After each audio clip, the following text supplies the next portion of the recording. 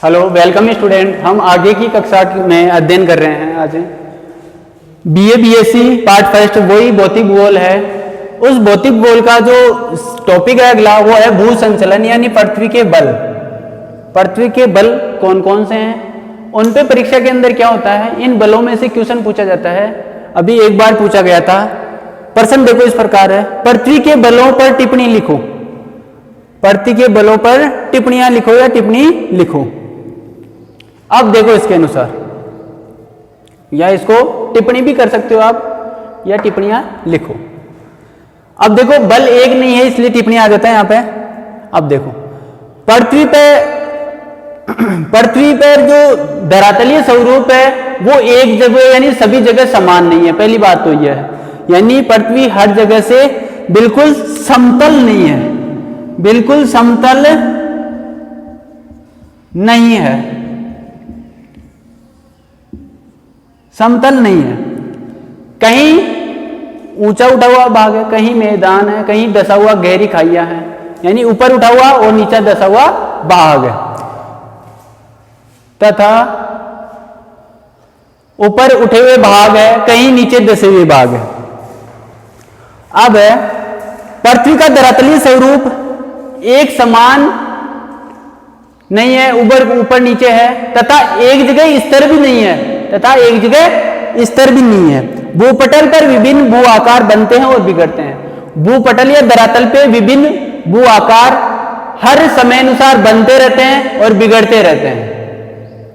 समय के अनुसार ये जो भूपटल पर बनते रहते हैं और बिगड़ते रहते हैं। अब देखो भूतल पर जो विभिन्न परिवर्तन है, जो बनते रहते हैं और बिगड़ते रहते हैं, जो परिवर्तन वो किस कारण से होते हैं? वो एक अनेक बलों के कारण होते हैं, और ये बलों के कारण से होते हैं, बिगड़ते रहे पृथ्वी के बल के कारण।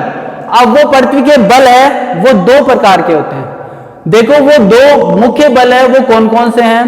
पहला बल है अंतर्जात बल, पहला है अंतर्जात बल। दूसरा है बहिर्जात बल, बहिर्जात बल। अब इसके भी अंदर हम आपको इसको पूरी एक रेखा चित्र है, पूरा रेखा चित्र जो बलों पर टिप्पणी आती है वो रेखा चित्र आप परीक्षा में भी इस प्रकार का एक पन्ने पर पहले रेखा चित्र बनाओगे, फिर इसका वर्णन करोगे तो ही आपके अच्छे नंबर आएंगे। पहले आपको रेखा चित्र बनाना पड़ेगा ऐसे। तो देखो अंतर्जात बल फिर दो प्रकार के हो सकते हैं। पहला है पटल विरूपणी बल, पटल विरूपणी बल और आकस्मिक बल। पटल विरूपणी बल हो गया, आकस्मिक बल हो गया। पटल विरूपणी बल फिर दो प्रकार का होता है, महादेश जनक बल और दूसरा पर्वत निर्माणकारी बल। अब महादेश जनक भी दो प्रकार से होता है, ऊपरी मुखी बल और अधोमुखी बल, ऊपरी मुखी बल और अधोमुखी बल। पर्वत निर्माणकारी बल है वो दो प्रकार से होता है, तनाव और संपीड़न। तनाव के कारण भूपटल पर विभंग होता है और चटकन पड़ती है और भ्रंशन उत्पन्न होते हैं, भ्रंश की क्रिया उत्पन्न होती है, दो भागों में बढ़ जाना, बीच में खाई बन जाना, भ्रंशन की क्रिया।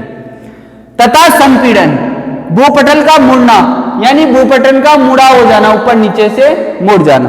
तो इसे सहवलन पढ़ते हैं और वलन की क्रिया पड़ती है ऐसे, ऐसी वलन पड़ जाते हैं पृथ्वी के ऊपर। अब दूसरा है जो अंतर्जात बल है वो दूसरे प्रकार है आकस्मिक बल, यानी अचानक से होने वाले बल। वो दो है, पहला है ज्वालामुखी और दूसरा है भूकंप। पहला है ज्वालामुखी और दूसरा है भूकंप। अब इसके अंदर बताते हैं दूसरे प्रकार में है बहिर्जात बल। बहिर्जात बलों में आ जाते हैं अपक्षय और अपर्दन, इन दोनों को मिला के कहा जाता है अनाच्छादन प्रक्रम। तो ये हो गया बलों का पूरा आपके टिप्पणी। इस टिप्पणी को आप उतार लीजिए या इसका स्क्रीनशॉट ले लीजिए, आपके पास 4-5 सेकंड का टाइम है तो आप उतार लीजिए।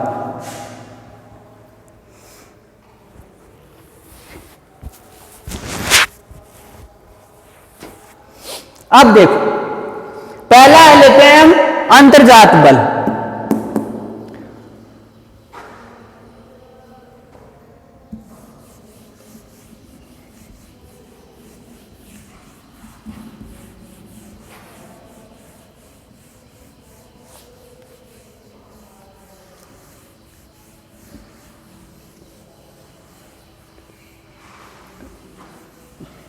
अंतर्जात बल, अंतर्जात यानी पृथ्वी के आंतरिक भाग से उत्पन्न होने वाले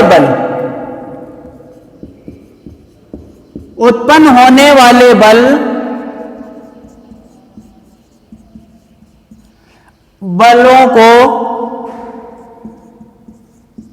अंतर्जात बल कहते हैं। अंतर्जात बल कहते हैं, यानी अंदर वाले भाग से उत्पन्न होने वाले बलों को क्या कहते हैं? अंतर्जात बल कहते हैं। इस बल से पृथ्वी को दो तरह के संचलन उत्पन्न होते हैं। इस बल से पृथ्वी पर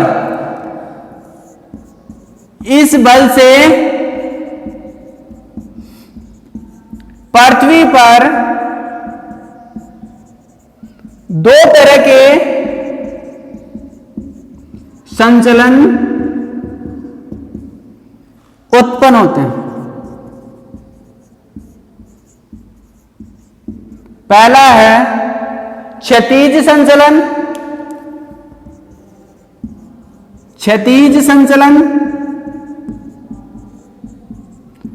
और सेकंड है वो है लंबवत संचलन। यानी क्षैतिज तो यूं हो गया और लंबवत यूं हो गया। आप देख लीजिए, क्षैतिज तो यूं हो गया सर पे और लंबवत यूं हो गया खड़ा।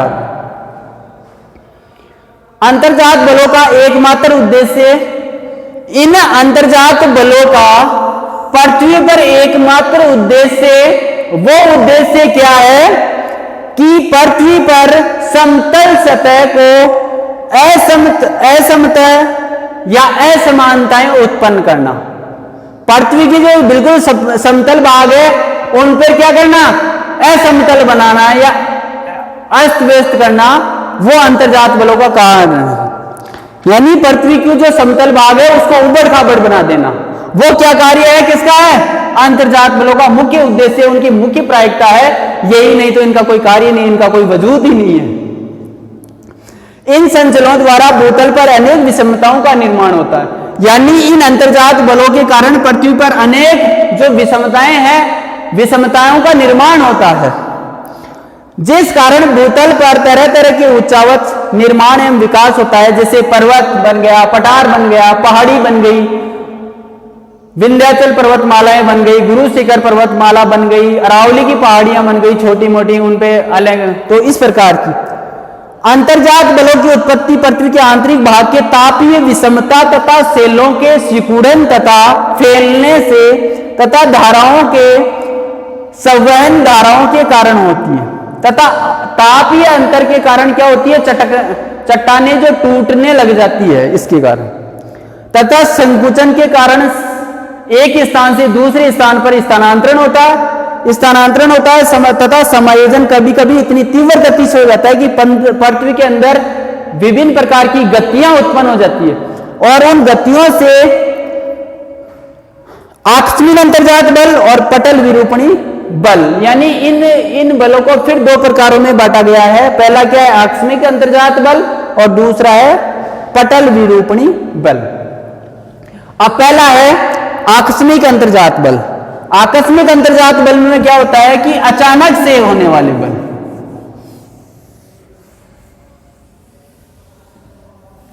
देखो, इन बलों की आकस्मिक घटनाएं उत्पन्न होती है तथा अचानक भूतल पर उत्पन्न होते हैं तथा विनाशकारी परिवर्तन, यानी भूतल पर क्या होंगे? अचानक से परिवर्तन हो जाएंगे और बहुत विनाशकारी परिवर्तन कर देंगे। तो इन्हें क्या कहेंगे? जैसे इनका मुख्य कारण भूकंप और ज्वालामुखी है। ज्वालामुखी के विस्फोट द्वारा धरातल पर लावा प्रभाव होता है, और लावा से क्या बनते हैं? पर्वत पठार आदि बनते हैं और मैदान बनते हैं। भूकंप के कारण भूतल पर विध्वंसकारी परिवर्तन होते हैं भूकंप के कारण। तो ये क्या हो गया? आकस्मिक होने वाले अंतर्जात बल। अब दूसरा है पटल विरूपणी बल। पटल विरूपणी बल पटल विरूपणी बल देखो, पटल विरूपणी बल का मतलब दीर्घकालीन होने वाले संचलन, यानी बहुत लंबे समय के अनुसार उत्पत्ति होना। जैसे पर्वत धीरे धीरे पता नहीं कौन से कितने वर्षों से बनता है एक पर्वत। पटल विरूपणी संचलन पृथ्वी के आंतरिक भागों में उत्पन्न होने वाली लंबवत तथा क्षैतिज गतियों से सम्मिलित किया जाता है। ये लंबवत और क्षैतिज दोनों प्रकार की गतियों से उत्पन्न होता है तथा इसका प्रभाव लाखों यानी वर्षों हजारों वर्षों तक चलता रहता है तथा ये वृहदाकार स्थल रूपों का निर्माण करते हैं। बहुत धीरे धीरे इनका विस्तार होता है, बहुत धीरे धीरे से इनका निर्माण होता है। क्षेत्रीय विस्तार की दृष्टि से इन बलों को फिर दो भागों में बांटा गया है। पहला कौन सा है? महादेश जनक बल और दूसरा है पर्वत निर्माणकारी बल।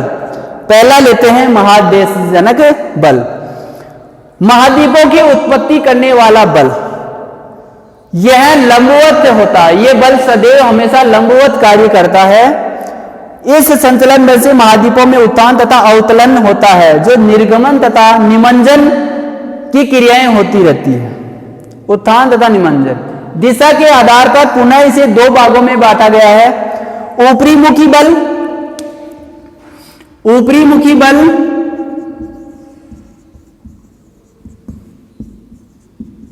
और दूसरा है अधोमुखी बल।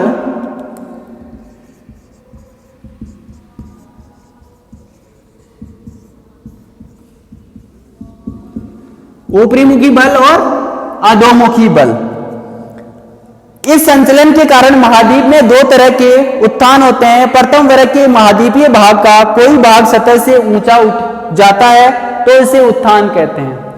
दूसरे वर्ग में महाद्वीप का तटीय भाग जो पीछे पहले जलमग्न था वो ऊपर उठ जाता है, इसे निर्मग्न कहते हैं या निमंजन। अधोमुखी संचलन देखो, ये तो ऊपरी मुखी हो गया, अब देखो अधोमुखी संचलन। इस संचलन के कारण महाद्वीपीय भाग में दो तरह के दशाव होते हैं। प्रथम भाग में स्थल भाग का अपनी सतह से नीचे धंस जाना, इस क्रिया को क्या कहते हैं? अवतलन कहते हैं। इस क्रिया को क्या कहेंगे? अवतलन।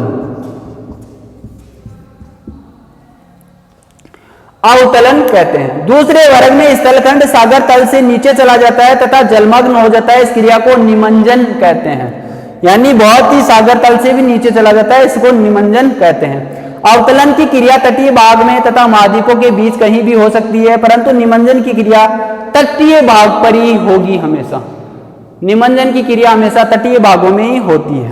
अब देखो इसका पर्वत निर्माणकारी बल, इसके आगे वाले बल है वो है पर्वत निर्माणकारी बल।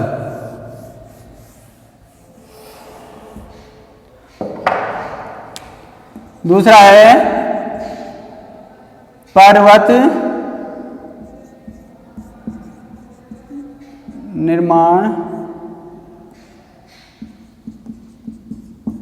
निर्माणकारी बल।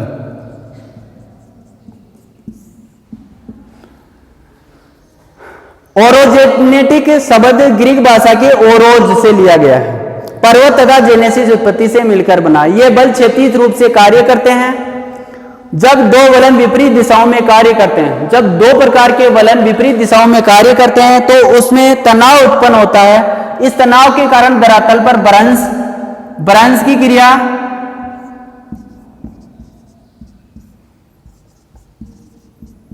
भ्रंश की क्रिया तथा चटकने या दरार पड़ती है। जब बल आमने सामने कार्य करता है तो संपीड़न होने लगता है तथा बल आमने सामने कार्य करता है तो इससे क्या होता है? संपीड़न, संपीड़नात्मक कार्य करेगा। तो चट्टानों में संवलन तथा वलन पड़ जाते हैं। संपीड़न से क्या हो जाएगा? चट्टानें मुड़ जाएगी, एक के ऊपर दूसरी मुड़ जाएगी, बिल्कुल ऐसे। और इधर क्या हो जाएगा? दरार या भ्रंश बन जाएगी। जब तनाव होगा एक दूसरे की तरफ खींचेगी तब दरार बढ़ जाएगा। तो ये कौन सी हो जाएगी? मुड़ाव या बनना, और इधर क्या हो जाएगी? वलन हो जाएगी। तो पहला देखो सहवलन, तो पहला क्या हो जाएगा? सहवलन। और तो दूसरा क्या हो जाएगा? वलन।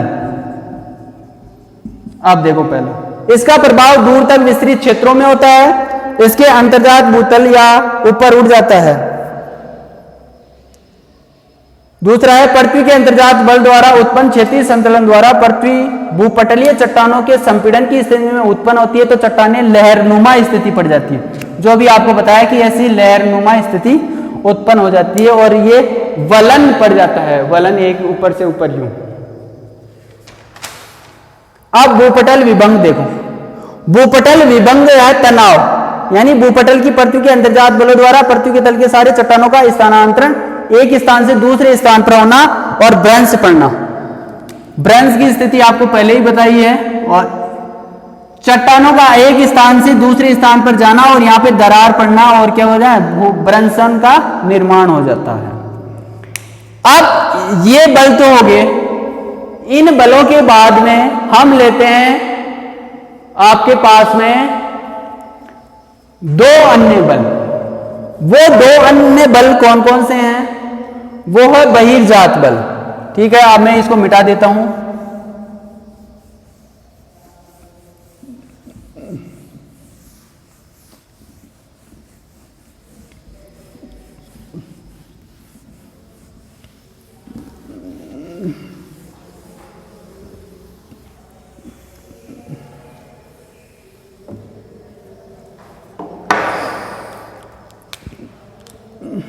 अब जो दूसरा मेजर टाइप था वो था बहिर्जात बल।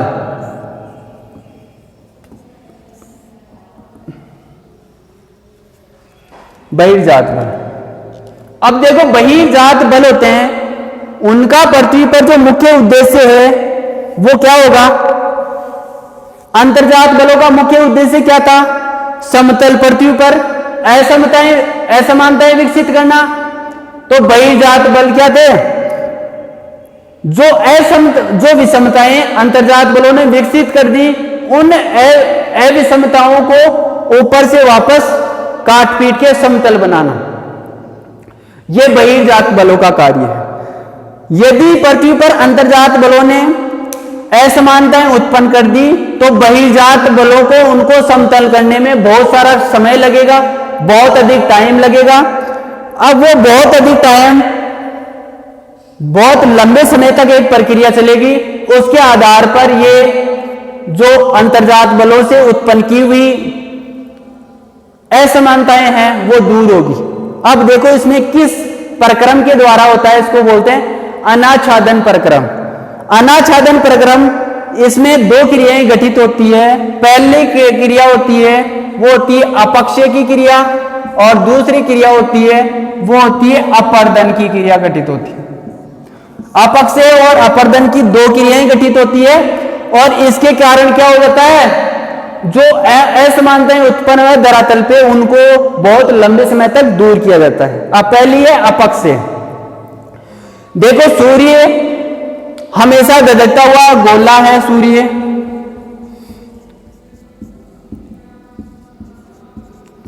इसके द्वारा पृथ्वी पर इसकी किरणें पड़ती है दिन रात। ये कई वस्तुएं होती है, वो इसके ताप से क्या हो जाती है, ताप से क्या हो जाती है, टूट जाती है,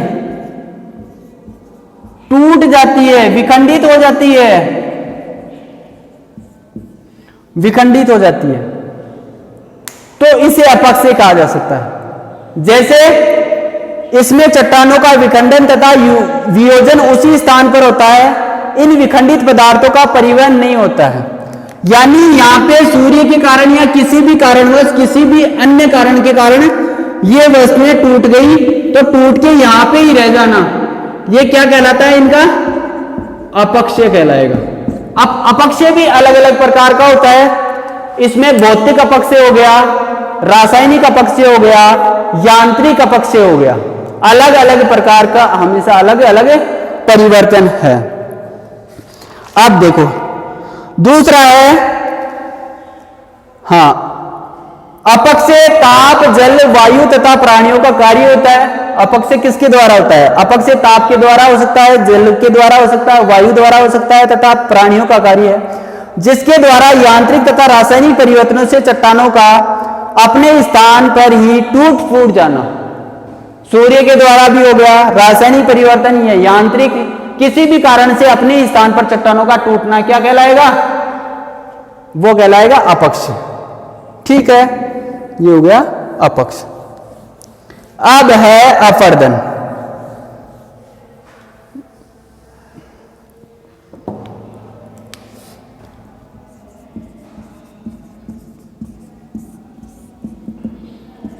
दूसरा पार्ट है अपर्दन।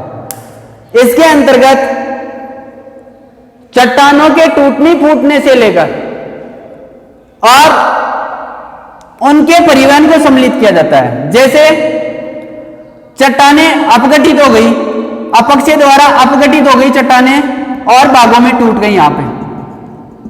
अब ये टूट के क्या होगी? अपने स्थान से क्या होगा? परिवहन होगा। अब ये परिवहन किसी भी कारण से हो सकता है। ये परिवहन हवा के माध्यम से हो सकता है, नदियों के माध्यम से हो सकता है और मानव के द्वारा, खुद के द्वारा हो सकता है। हवा, नदी के द्वारा, आदि के द्वारा किसी भी कारण से ये परिवहन हो सकता है। और परिवहन होके क्या करेगा? ये परिवहन कर चट्टानों को कुरेदते हुए नदियों के द्वारा सागर में पहुंचा देता है।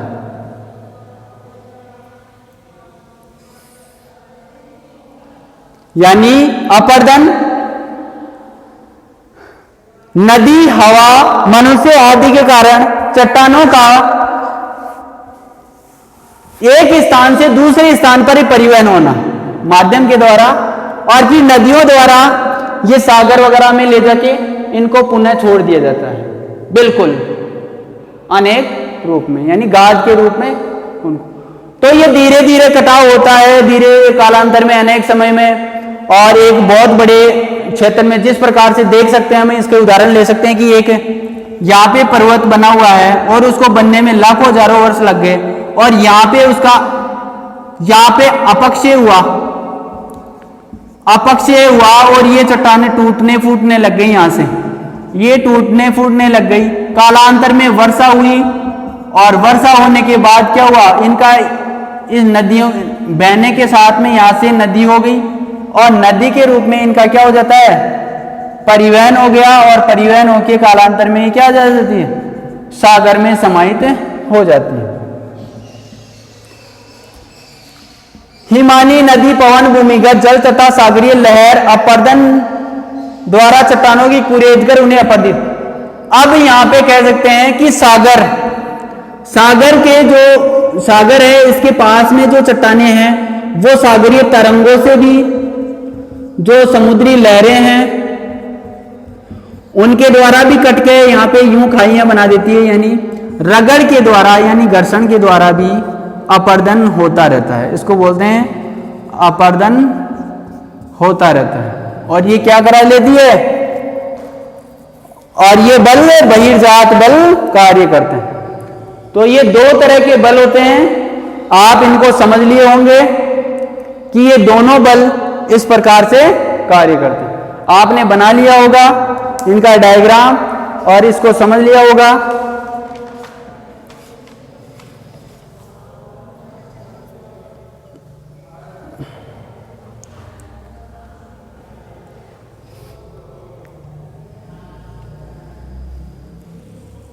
मिटा रहे हैं हम इसको।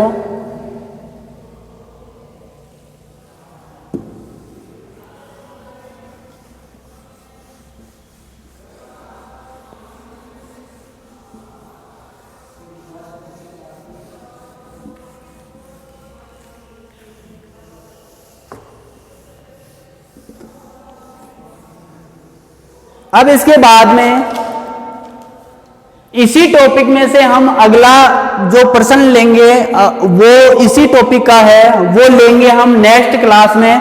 वो है भूगतियां क्या है, भ्रंशन और वलन। भ्रंशन और वलन, भ्रंशन और वलन गतियों के परिणाम स्वरूप बनने वाली स्थलाकृति या भू आकृतियों की विवेचना कीजिए। यानी प्रश्न क्या है वो समझ लो एक बार, नेक्स्ट वीडियो में पढ़ाएंगे, थोड़ा सा यहाँ पे समझा देते हैं कि भ्रंशन और वलन के फलस्वरूप बनने वाली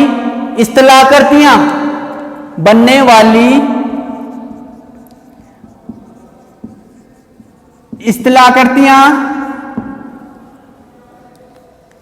की विवेचना करनी है कि भ्रंशन के द्वारा और वलन के द्वारा बनने वाली स्थलाकृतियां कौन कौन सी है, उनका वर्णन कीजिए। उनका प्रश्न पूछा था, वो नेक्स्ट क्लास में आपका इसका वीडियो अपलोड होगा, तो आप इसको पहले थोड़ी जानकारी पढ़े बुक से, अगर बुक नहीं है तो नोट्स वगैरह बनाएं, नोट्स वगैरह आपको पीडीएफ में मिल जाएंगे। तो ये चीजें इनको आप समझे, इनको पहले थोड़ा जनरल नॉलेज इसके बारे में अध्ययन करें। और जितने भी इनमें डायग्राम है, पहले जितने भी फिजिकल में है, पहले परीक्षा में हमेशा पहले जितने भी पॉइंट है उन पॉइंटों को प्रश्न आ गया, उस प्रश्न के जो मेन बिंदु है, ये बिंदु है वो सारे एक जगह लिखो पहले। कई स्टूडेंटों की ये कमी रह जाती है कि महत्वपूर्ण बिंदु होते हैं उनको पहले एक जगह नहीं लिखते हैं। पहले सारे बिंदुओं को एक जगह लिखो, फिर उनका डिस्क्रिप्टिव करो, फिर उनका सह विस्तार वर्णन करो, तो ही अच्छे नंबर आते हैं परीक्षा में। अंदर कई बच्चे जो उनकी फेल हो जाते हैं या सप्लीमेंट्री आ जाते हैं, वो बच्चे बताते हैं कि सर हमने, तो उनसे पूछा जाता है कि अगर, तो यही कारण रहता है कि हमेशा महत्वपूर्ण बिंदुओं को एक जगह ले, तो ये हमेशा है जितने भी फिजिकल में चित्र है, नक्शे हैं, उनको पहले बनाओ प्रश्न से और फिर उनको डिस्क्राइब करो उत्तर को। ये मेन रामबाण औषधि बताते हैं और ये फॉलो करो इसको, तो अच्छे नंबर लाओगे आप भी। तो मैं इस प्रश्न को पूरा करके आपको समझा दिया, नेक्स्ट वीडियो में डालेंगे। तो हम आज यहाँ पे इजाजत चाहेंगे कि आपको धन्यवाद और आपकी पढ़ाई से विस्तार चलती रहे आगे से आगे। ठीक है, धन्यवाद।